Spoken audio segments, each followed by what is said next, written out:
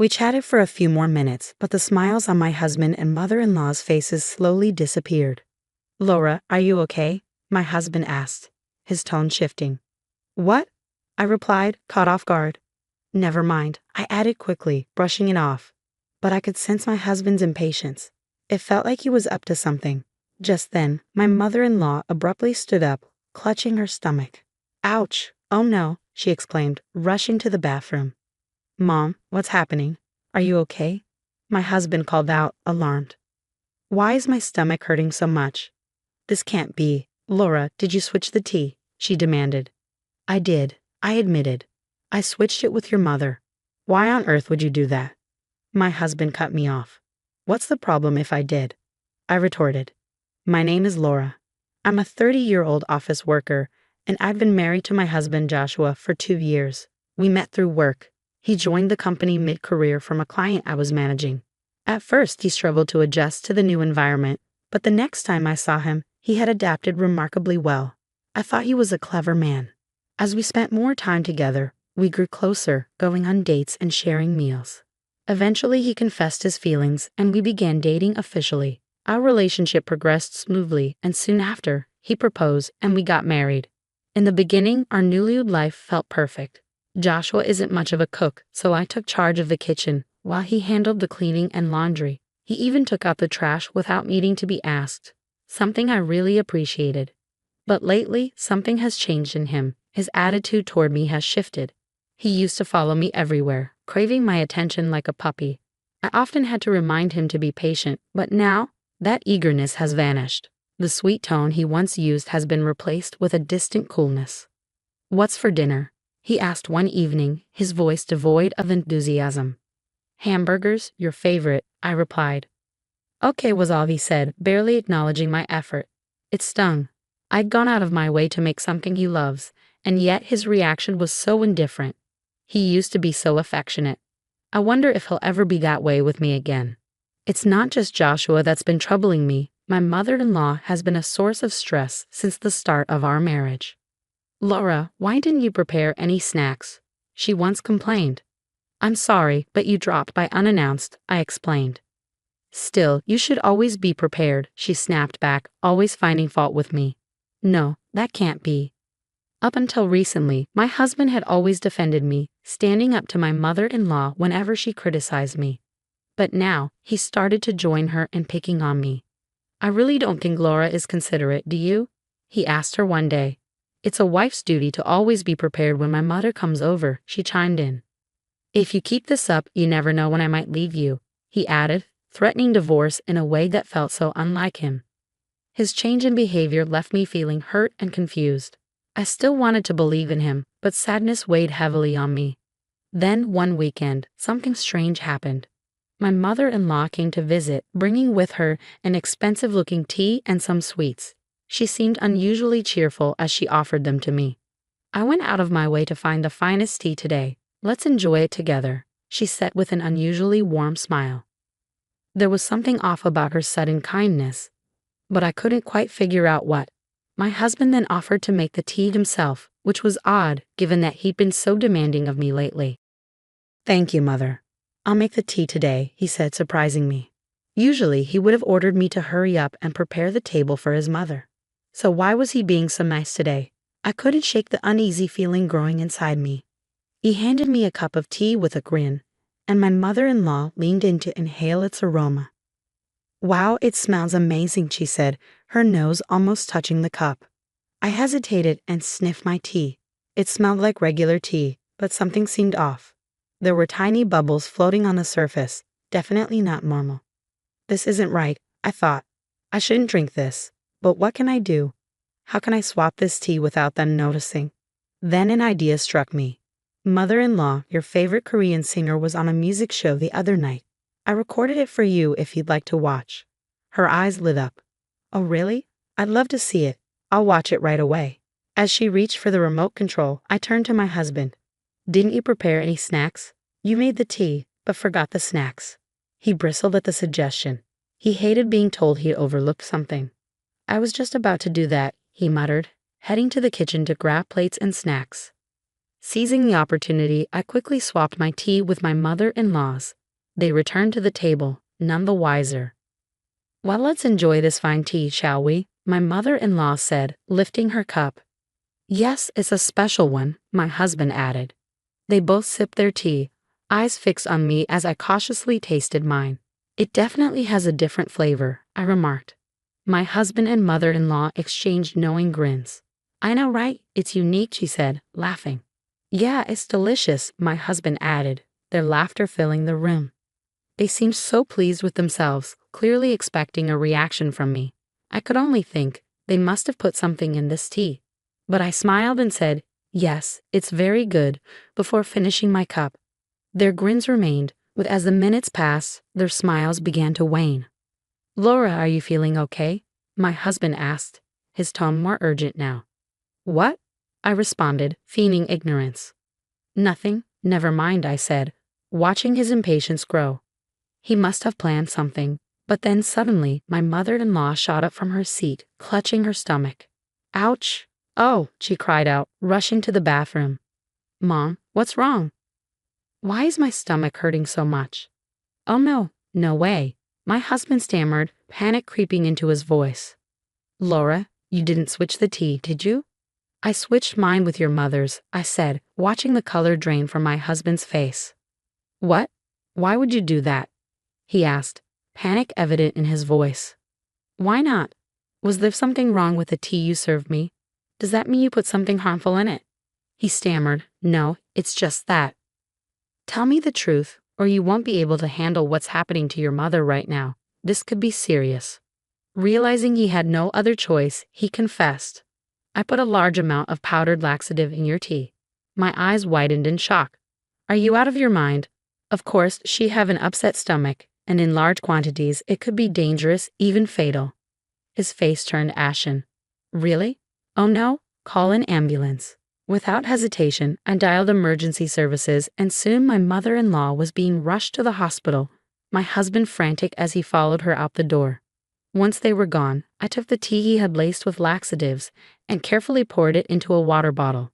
I knew I needed to keep it as evidence. "I'll take this to the police and file a report," I decided. While my husband and mother-in-law were at the hospital, I packed up my belongings, knowing it was time to leave this toxic situation behind. I called my parents and asked them to help me move my belongings. Once everything was packed up, I headed to their house. Shortly after arriving, my phone rang. It was my husband. "My mom's in bad shape," he began, his voice strained. "She has to stay in the hospital for a few days, so I need you to bring her a change of clothes and some other things, okay?" I was stunned by his request. "What? Are you serious? I'm not doing that." "Hey, you can't just refuse. My mom's in trouble. You're my wife. You should at least do that." "I can't do this anymore," I said firmly. "I'm divorcing you." He was silent for a moment before responding, "Divorce? I see. If you're insisting on a divorce, then I guess I have no choice. But since you're the one asking for it, don't expect a share of our property." I couldn't believe what I was hearing. "What are you talking about? This is on you. You're the reason I'm filing for divorce, and I'll take what's rightfully mine." "Don't be ridiculous. You won't get a dime from me. The divorce was your idea. This isn't my fault." His words made my skin crawl. "You're delusional. You tried to force me to drink a cup of laxative tea. How can you possibly think you're not at fault?" I wanted to remind him that I have solid evidence against him, but before I could say anything, he abruptly hung up. "Fine. I thought I have plenty to do, like finding a lawyer. I'll deal with him later." In the days that followed, my husband bombarded me with messages, demanding to know why I'd taken all my belongings and accusing me of abandoning the house. He even complained that the place was falling apart without me to do the chores. "Didn't you say you wanted a divorce?" I texted back. "You'll have to take care of the house on your own once it's finalized." I had so many things I wanted to say to him, but I held back until I had secured a lawyer. Then, not long after my mother-in-law was discharged from a hospital, my husband and his parents showed up at my parents' house. Their expressions were grim. "Divorce is out of the question," my husband announced arrogantly, "but I'll comply if I must. You didn't even visit my mom in the hospital after what happened, and then you just left, taking all your things. How can I stay married to someone like that?" My mother-in-law shot me a nasty look, and it was clear they only told their side of the story to my father-in-law, who seemed to believe them. "Laura," my father-in-law began, "I think you're being a little selfish." I almost laughed at the irony. My father-in-law was the only sane person in that family, and I knew he would see things differently if he heard the whole story. I took out my phone and played an audio clip for everyone to hear. I had actually planted a large amount of powdered laxative in Laura's tea, my husband's voice confessed. The room fell silent as the gravity of the evidence sank in. My husband and mother-in-law's faces drained of color, their earlier bravado evaporating. "How did that conversation come about?" my husband stammered, realizing he had unwittingly sealed his own fate.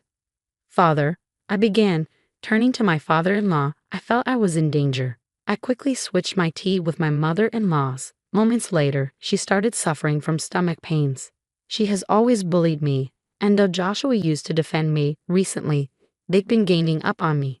This time, he crossed the line.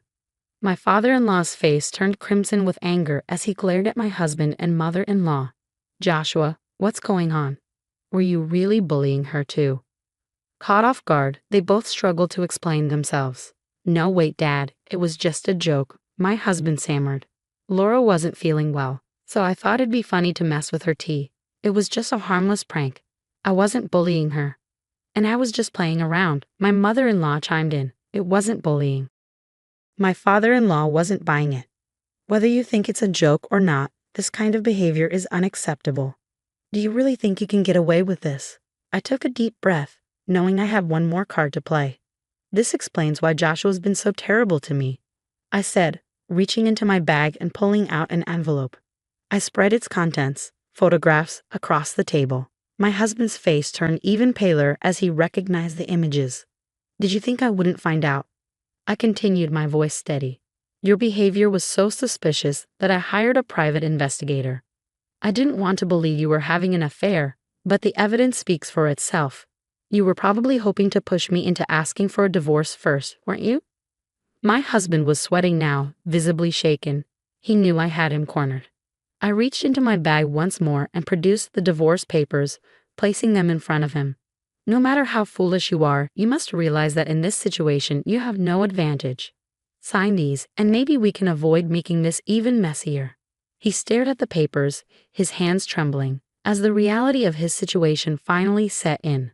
"Of course, I'll be seeking alimony, and I expect a fair share of the property. And just so you know, I'll be reporting you for assault for planting the laxative," I said, my voice steady. My husband's eyes widened in panic. "The police? Wait, don't you feel any sympathy for Joshua?" "Sympathy? For what?" I retorted. "It's not just Joshua who's at fault. You're just as guilty, mother-in-law. He was working with you." "Wait a minute. Why should I be arrested?" "It was Joshua who put the laxative in the tea," she protested. "Mom, you were part of the scheme. Don't try to shift the blame entirely onto him." "What? You think I helped because you found a new potential husband?" she shot back. As my husband and mother-in-law began arguing, neither willing to take responsibility, my father-in-law finally had enough. "Enough," he bellowed. "You both committed a crime. Take responsibility for your actions, and Joshua, you need to own up to the affair. You're to pay Laura the alimony she deserves, and she will get her share of the property." The force of my father-in-law's anger left my husband and mother-in-law stunned. I was relieved he stepped in because my own father was on the verge of losing his temper as well. "Let's handle the rest through the lawyers," I said. "Get these divorce papers signed immediately." My husband hesitated, but after another round of yelling from my father-in-law, he begrudgingly signed the documents. "I'm truly sorry for the trouble my son and my wife have caused you," my father-in-law said, offering his apology as he took my husband and mother-in-law home. With the divorce finalized, I moved forward with my legal actions. I filed for alimony against my ex-husband and his affair partner, receiving $30,000 from each. I also reported my ex-husband and mother-in-law for assault, submitting the audio recording and the tea as evidence. Both were arrested and fined. In an unexpected turn, my ex-father-in-law, repulsed by the chaos caused by my ex-mother-in-law, asked for a divorce from her. She ended up having to fend for herself, working part-time at a low-paying job to cover the fines. As for my ex-husband, his affair partner was furious with him for lying and causing so much trouble. After a heated confrontation, she demanded alimony. He ended up borrowing money from a consumer loan to pay her off in one lump sum. Soon after, she disappeared, leaving him with a massive debt. In the end, my ex-husband found himself abandoned by both me and his affair partner, burdened with debt and facing the consequences of his actions. It was a fitting outcome for his betrayal. On the bright side, I achieved what I set out to do. I secured my fair share of the property and am now living comfortably on my own in a new apartment. I've been working hard and recently received a well-deserved promotion. To celebrate, I'm planning a trip with friends or perhaps with my parents. It's important to remember that intentionally poisoning someone's tea with laxatives is a serious crime, not a prank. My husband and mother-in-law's actions were far from harmless, and they deserve to face the consequences for their actions. Thankfully, my father-in-law proved to be a decent person who understood my situation, which was a small comfort amidst the chaos. Despite the disaster that unfolded, I'm hopeful for the future. I'm looking forward to finding someone who truly appreciates and respects me. For now, I'm focusing on enjoying my newfound independence and the positive changes in my life.